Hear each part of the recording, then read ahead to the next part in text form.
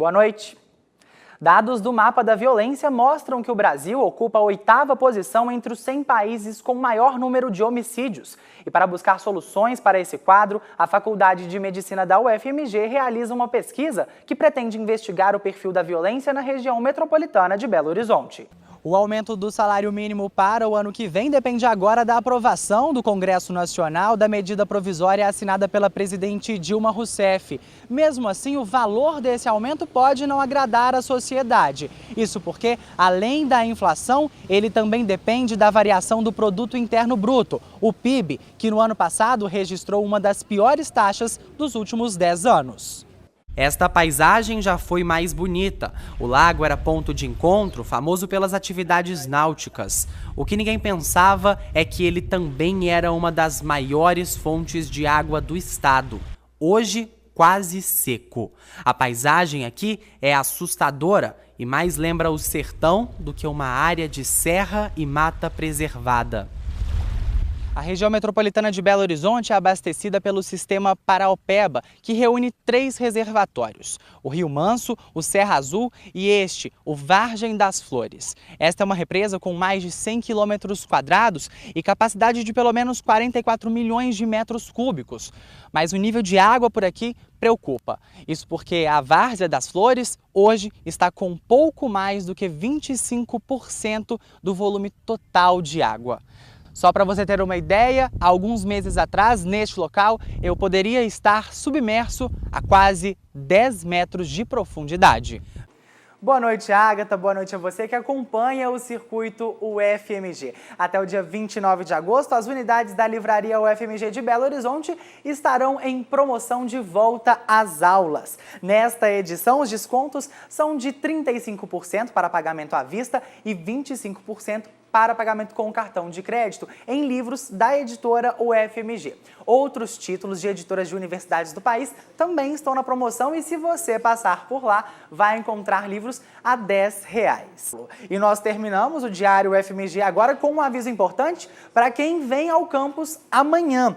Várias unidades administrativas e acadêmicas aqui do campus ficarão sem energia elétrica entre 9 da manhã e 5 da tarde. Poucos prédios terão luz durante o dia, o Hospital Veterinário e o Restaurante Setorial 2 funcionarão normalmente, são exceções. Uma manutenção será realizada para a melhoria do sistema elétrico aqui na universidade. A lista completa, com todos os prédios que não sofrerão com os cortes de energia, portanto, vão ter o seu funcionamento normal aqui do cotidiano na universidade, você pode acompanhar e conferir na página do Facebook da TV UFMG.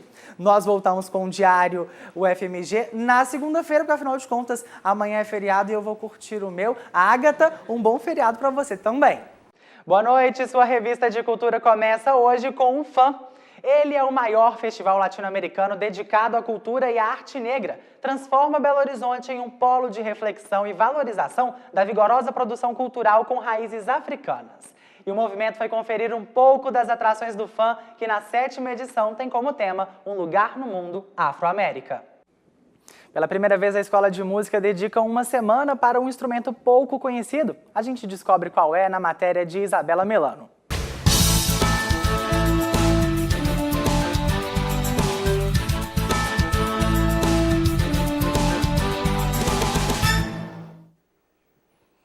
Olá, bom dia. Está no ar o UFMG Notícia com os destaques da universidade ao vivo para você. Agora são 11 horas e 51 minutos. Hoje, a Pró-Reitoria de Graduação se reúne com a comunidade universitária para debater o tema Mudanças no Ensino de Graduação da UFMG, Análise e Perspectivas. O encontro aborda as mudanças no perfil do estudante proporcionadas pelo Enem, o SISU e também a política de cotas. E que tal curtir uma sessão de cinema aqui no Campus Pampulha? O Cineclube Face exibe hoje o filme Bicho de Sete Cabeças, no encerramento da mostra Incompreendidos, Crime, Loucura e Poder. A sessão acontece às 5 da tarde no auditório 1070 da Faculdade de Ciências Econômicas. E, é claro, a entrada é franca. Com 13 milhões de discos vendidos e completando 30 anos de trabalho, Daniel dá de presente aos fãs mineiros um show relembrando todos os grandes hits da carreira.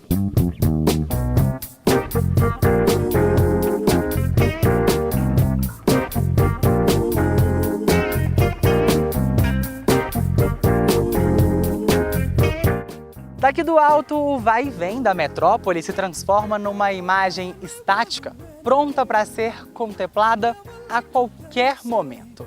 A gente consegue enxergar a cidade administrativa, o Mineirão, que fica somente a 14 quilômetros de distância numa linha reta. Os arranha-céus parecem de brinquedo. E se o ditado diz que uma imagem vale por mais do que 1000 palavras, não há lugar melhor do que o Mirante para entender o motivo do nome da nossa capital. E é por isso que eu estou aqui hoje, para começar a nossa rota que vai desvendar o que há de melhor no bairro Mangabeiras. Mesmo decorando as rotas, ainda temos dificuldades na hora de escolher qual é o melhor caminho. E para ajudar, lançamos mão da tecnologia. O GPS é quase um item obrigatório dentro de um carro, até mesmo para aqueles que trabalham no trânsito, como é o caso dos taxistas.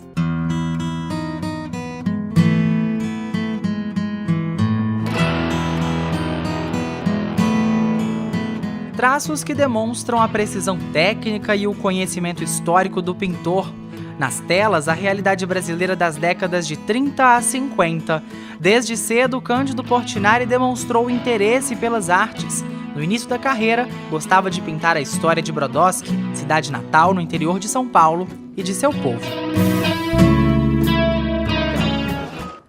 O repórter Matheus Arvelos, da TV Universidade Federal de Minas Gerais, a UFMG, acompanhou os primeiros resgates no local do acidente.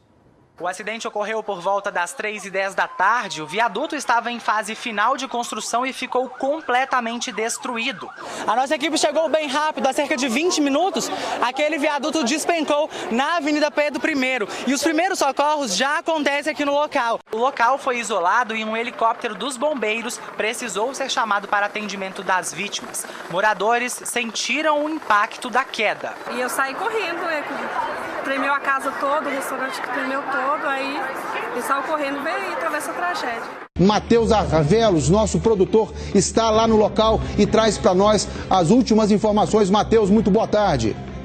Boa tarde, Stanley. De fato, a situação está caótica no local. Nós temos as primeiras informações que pelo menos 8 vítimas foram levadas para o Hospital Risoleta Neves, 2 foram encaminhadas para o Odilon Berens, 5 atendidas no local e, como você já disse, 2 pessoas morreram nesse acidente. Temos também informações de que, além de um Uno, um Gol e um ônibus que estão debaixo desse viaduto, também 2 caminhões da construtora que tocava essa obra também, infelizmente, estão debaixo do viaduto. Enfim, a situação é muito complicada nesse momento. Os bombeiros e policiais militares estão atuando no local, muitas pessoas.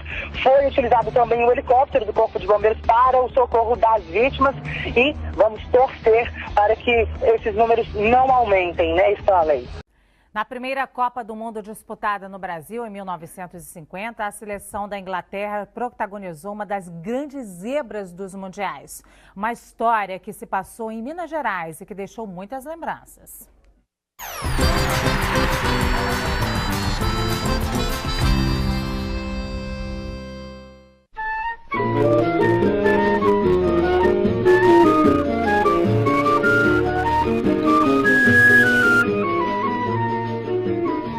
Este clube, em Nova Lima, na região metropolitana de Belo Horizonte, faz parte de um capítulo marcante da história do maior evento esportivo mundial. Aqui treinou a seleção da Inglaterra durante os Jogos de 1950. Belo Horizonte recebeu 3 jogos da Copa de 1950 e foi aqui, no Independência, que na época era descrito como o Colosso do Horto e que hoje é uma grande arena completamente reformada, que o milagre mineiro ocorreu. Foi no dia 29 de junho. 1-0 para os Estados Unidos, equipe desacreditada naquele Mundial contra a favorita, a Inglaterra. E quem deseja participar da 13ª jornada de extensão deve se apressar. As inscrições acabam amanhã. O repórter Osmar Macedo tem mais informações. Uma das atrações deste festival de verão que aconteceu na manhã de hoje foi um minicurso com o tema o uso de diferentes modos da comunicação dentro de sala de aula. E para falar sobre esse assunto, eu estou aqui com o professor da Faculdade de Educação, Eduardo Mortimer. Obrigado, professor, por participar do circuito de hoje, que vai falar com a gente sobre esse tema. Então, professor, como que a gente pode utilizar melhor essas técnicas, né? A melhor maneira de implementar isso dentro da sala de aula? Nós trabalhamos a fala, não a fala enquanto discurso, mas a fala enquanto um aparelho fonador, né?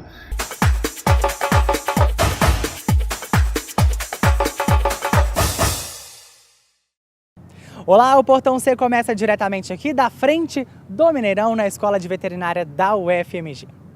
E a despedida da Inglaterra em Belo Horizonte se repete após 64 anos. Em 1950, o time jogou no estádio do Independência e perdeu já na primeira fase do Mundial.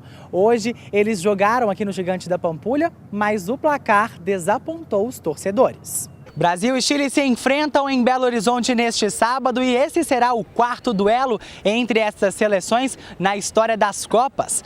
Os brasileiros tiveram até agora 100% de aproveitamento contra os chilenos, mas vão encontrar uma seleção renovada e que tem se mostrado forte neste Mundial. E por isso, os torcedores de La Roja estão confiantes com o resultado deste clássico aqui no Mineirão. Mas agora a gente vai até a veterinária para saber com o Matheus Arvelos as outras informações desta Copa do Mundo. Matheus. Olá, Pablo. Nós falamos diretamente do nosso estúdio ao ar livre, aqui em frente ao Gigante da Pampulha, na Escola de Veterinária da UFMG. E quem mora ou tem comércio aqui pertinho do Mineirão lida com algumas alterações de rotina. Isso porque no raio de 2 quilômetros ao redor do estádio foi estabelecida a área FIFA. Eu fui conversar com alguns desses vizinhos do estádio Governador Magalhães Pinto para entender quais são essas mudanças que eles estão tendo que enfrentar no dia a dia durante o Mundial. Este comércio na Avenida Abraão Caran se preparou para receber os estrangeiros durante a Copa, mas essa foi uma necessidade percebida no ano passado, quando o Brasil ainda sediava a Copa das Confederações. E amanhã a nossa vizinha Argentina enfrenta o Irã à 1 da tarde aqui no Mineirão e a previsão do tempo, de acordo com o Instituto Nacional de Meteorologia, o INMET, é que nós teremos um dia frio. Na parte da tarde o tempo fica parcialmente nublado e as temperaturas variam entre os 11 e os 24 graus. Pablo, o dia promete ser frio, mas eu tenho a impressão que é porque durante o jogo a coisa vai ferver ali dentro. Nós voltamos na próxima segunda-feira e agora é com você aí, diretamente dos estúdios da TV UFMG. Além da decoração especial para receber os turistas, o mercado também instalou totens que fazem a tradução das principais línguas. E é bem fácil. Os lojistas que não sabem falar o inglês, por exemplo, podem digitar as palavras neste equipamento. Elas serão traduzidas e assim a comunicação entre lojista e cliente fica mais fácil. O Circuito FMG fica por aqui, uma boa noite e até amanhã.